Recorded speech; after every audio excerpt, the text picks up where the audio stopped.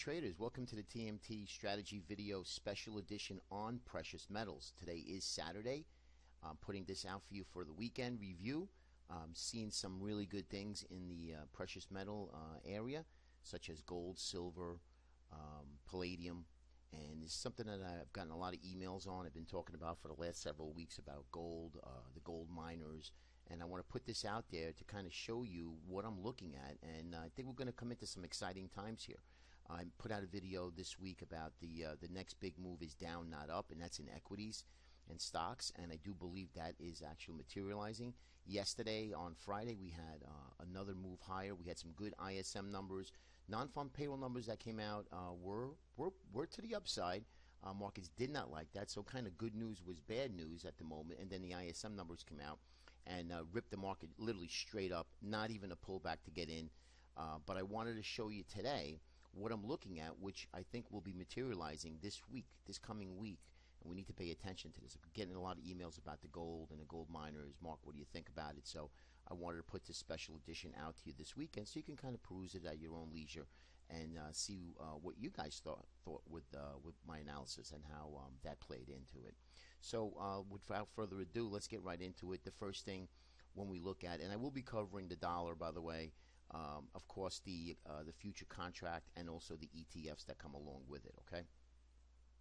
So let's take a look at the dollar, the DX. That's the dollar index, okay, U.S. dollar index futures. So now, as you can see, obviously, it's an inversely correlated.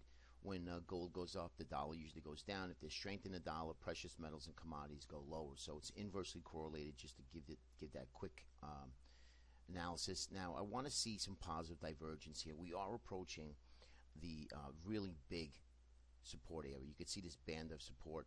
It's been all the way back from early 2015. Yes, we are making lower lows, lower highs. That's definitely a bearish chart, no question about it. And the MACD and stochastics are actually moving out lower. But I do want to see, and I do think that I would suspect that the markets, we break up to the upside in our indicators, creating some positive divergence as maybe we get one more push lower into this band, and then we start to move higher. Now, when that happens, we need to break this bearish symmetry here of lower lows and lower highs, okay? So really, 96 would alleviate any type of bearish symmetry and start a bullish uptrend. Now, when that happens, that's going to obviously put pressure on gold, commodities, you name it, crude oil. So that's what I'm looking for here. I'm looking for this. I'm watching closely on the dollar. So the dollar needs to start to break back up, or it needs to hold and start basing here and then start to move up. But 96 really needs to get taken out, this previous swing high. And once that gets taken out, then I think you'll see the dollar go higher. Remember, there's really the major safe haven in the world is the dollar. I don't want to, sugarcoat it, but bottom line, it is the dollar. Yes, it is gold as well. Gold comes into a big play in the safe haven sector. When in doubt, put your money in gold. And gold, I believe, has started a long-term uptrend. And that's the reason why I'm putting this out today. I do believe that gold and silver have started a long-term uptrend bull run, okay? Now, does it happen today, tomorrow? No. I do believe that it needs to shake out all of the weak hands first, okay? Gold had a nice run here, and gold's just not going to go straight up anymore. It's going to have to pause, shake out all the longs, and then that's when you start looking to buy gold. Now, seasonality, let's talk about that. Seasonality in gold is usually from July to September. We have the big Indian weddings that come in India, and believe it or not, there's 180,000 plus weddings that happen and occur at that time, and they love to buy gold. And believe it or not, it does put a bid into gold. So I do believe that we get one more sell-off in gold soon, and then in that case we start to move higher. Now let me show you some of the other charts here, okay? Now that's the dollar. So the dollar needs to start creating some positive divergence. Let's talk about palladium here for a moment. Now, if anybody trades gold or precious metals, or let's talk about just gold, you know that palladium is a leader. Palladium leads first, and then gold goes, okay? Now, you could see that when I show you the gold chart, palladium didn't do as well as gold has done, right? Now we have this symmetrical triangle here, and we did come off the bottom, but if you could see, if you looked at gold, gold looks a little bit better in a chart-wise on a daily than it does palladium. Now, symmetrical triangle here could break in any direction, so you got to be aware of that. Yes, It also could be a continuation pattern where it breaks to the upside, but it could also break to the downside. So we really want to wait and see what Palladium does. And I do believe that if Palladium does break down, you're going to see all the other precious metals break down too. I don't think it challenges the lows. I think it gets somewhere in this area where it stops and then starts to go back higher. Okay, but also, what could this be inside the symmetrical triangle? Well, that's why we need to let the patterns trigger first. To me, this could also look like, and let me just put this as a nice little bull flag, right, where it breaks to the upside. So we really don't know. There's a couple of patterns within the pattern, so I'm just waiting to see what happens with Palladium.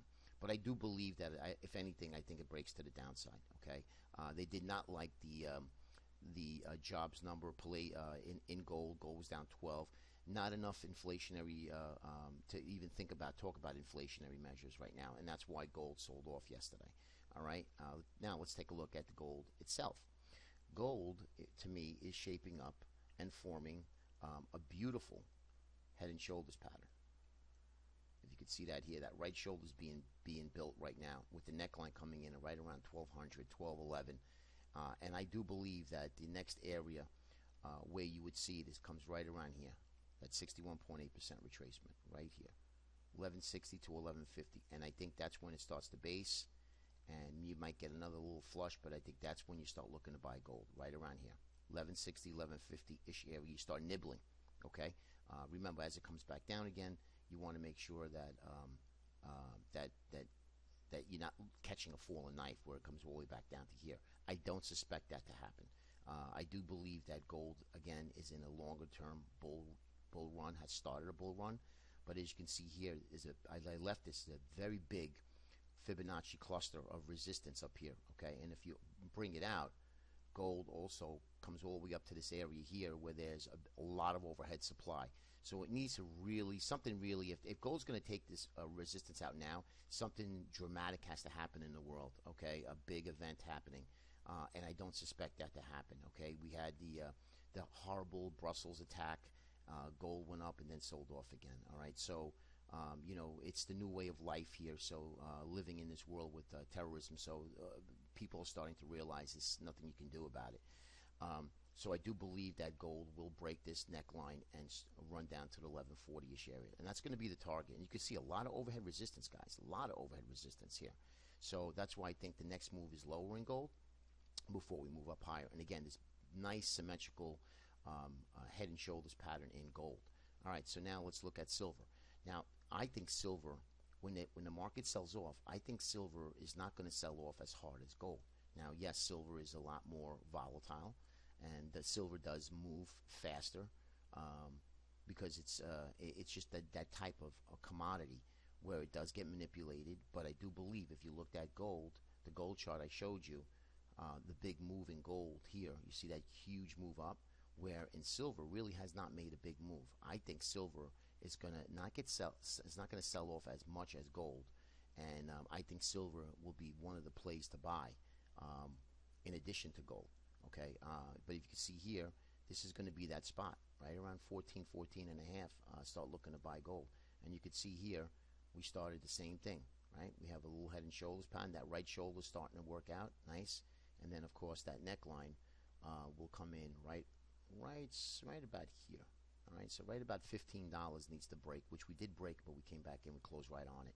So as it breaks down here, 14 and a half, guys, that's going to be the target area where I'm looking to buy silver, okay? So that's that area there. Now let's take a look at some of the ETFs. Now, GDX, I've been mentioning, pounding the table about, starting to get short GDX, intraday now, not talking about holding positions, but just intraday. And I want to show you the bullish percent gold miners index, okay? Now this bullish percent, as you can see here, let me just open that up for you guys. We're at 68%. We're really, really high. And if I open this up, which I don't have enough time, I don't want to stretch the video, we're at that area where we're looking for some sort of a sell-off, okay? So we're kind of stretched in the GDX. I do think GDX will also be a buy when the interim low, because GDX, the miners, the stocks will go first, and then the gold kicks in behind it, and then after a while, the miners start to lag the precious metal, all right? And then that's when you want to pick up gold even more, all right? But you could see here in the GDX, And there's a lot of crappy companies out there in this index, but you could see big area of resistance, 2030 to 2150. And again, if I open this up, this is actually coming into, you could see here, $19 needs to break. When we break $19, you'll see 17, and then you're going to probably see somewhere around 15 and a half.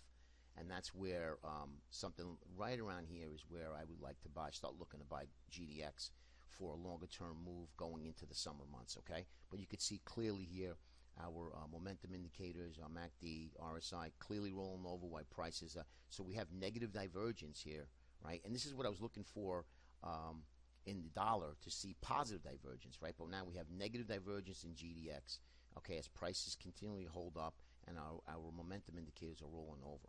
All right, so that's not a good sign as well. Our bullish percent I just showed you is at 69%. So there's not much more movement unless, again, something dramatic happens here, right? So GDX, I'm looking for lower prices as well.